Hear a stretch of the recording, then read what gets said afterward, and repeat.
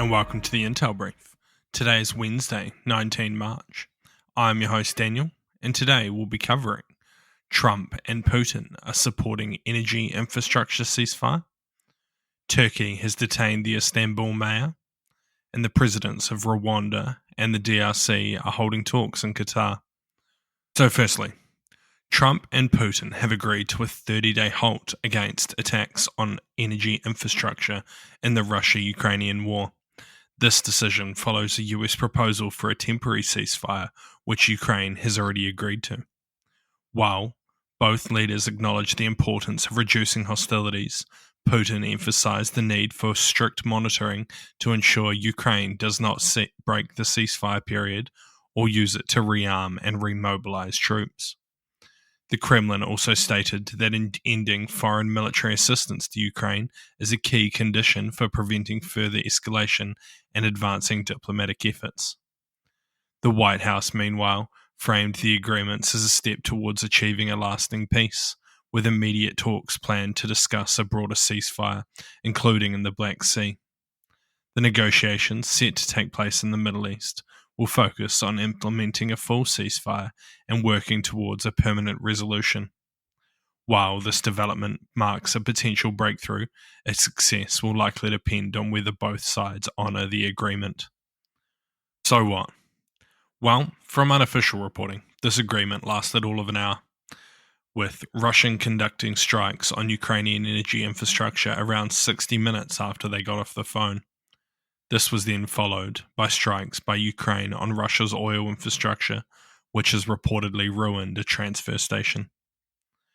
Interestingly, that Putin claims Ukraine will use the ceasefire to rearm and refit their troops, as this is likely the plan for Russia during this time period too. This, combined with Putin's demand for stopping support to Ukraine, would be a death sentence for the people. But we'll see what happens. And next, Turkish authorities have detained the Istanbul mayor, a key political rival to Erdogan, as part of a broader investigation into alleged corruption and ties to terrorism. Alongside the mayor, prosecutors have issued arrest warrants for 100 other people, including businessmen and journalists. His arrest follows the removal of his university diploma from the Istanbul University due to alleged irregularities, effectively barring him from running for president in the next election. The government has also banned protests in Istanbul for the next 4 days and restricted social media access in an apparent attempt to control the public reaction. However, crowds gathered outside the police headquarters demanding the mayor's release, signalling widespread opposition to the move. The mayor is a member of the opposition Republican People's Party and has been a major political threat to Erdogan after winning Istanbul's mayoral elections in 2019 and 2020. The mayor is under investigation for bribery and allegedly aiding the Kurdistan Workers' Party, or PKK, a group classified as a terrorist organization by Turkey and Western allies.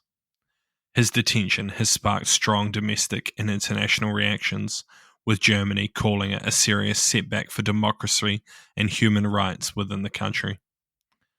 Despite the charges, he remains defiant, vowing to continue his fight for democracy and fundamental rights.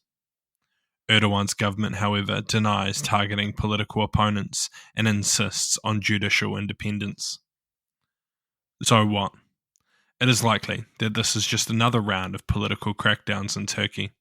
With the mayor's popularity growing, Erdogan likely wants to ensure his control over the country. Though it is possible that he's been involved in some level of bribery, it is unlikely to be anywhere near the levels described here. Additionally, the links to the PKK seem unlikely, especially as they have recently chosen to lay down their arms. Seems a bit of a strange timing for all of that to go ahead. And lastly, Qatar has mediated talks between Rwanda and the DRC in an effort to ease tensions in eastern Congo. The discussions, hosted by the Qatar's emir, took place just after M23 rebels, who are widely believed to be backed by Rwanda, pulled out of peace talks in Angola. Despite Rwanda's repeated denials of their support to M23, The rebel group has continued its efforts in eastern DRC, intensifying the conflict. The leaders reaffirmed their commitment to an immediate and unconditional ceasefire as agreed prior to the African summit, but no specific details were provided on how this would be enforced and when it would come into place. The meeting was described as fruitful, with all parties expressing optimism about achieving stability in the region. However, tensions remain high, especially after M23 rebels withdrew from direct negotiations with the DRC government due to EU sanctions targeting the group and Rwandan officials. While the DRC president had previously refused direct talks with M23, he recently indicated a willingness for dialogue. Meanwhile, M23 has continued its military gains, capturing key cities, despite international and regional efforts to restore peace. So what? This is much more important than the M23 peace talks, due to the high level of certainty analysts put in Rwanda being the puppet masters behind their actions. It is likely that if agreements can be reached between the DRC and Rwanda, then M23 will be pressured to withdraws from its areas of control. However, it is likely that M23 will want something significant in exchange, possibly peace guarantees overseen by Rwanda and some form of control of security in the region. Additionally, also, while we're just recording this podcast, the Serbian government has reportedly disbanded following the large protests over the weekend.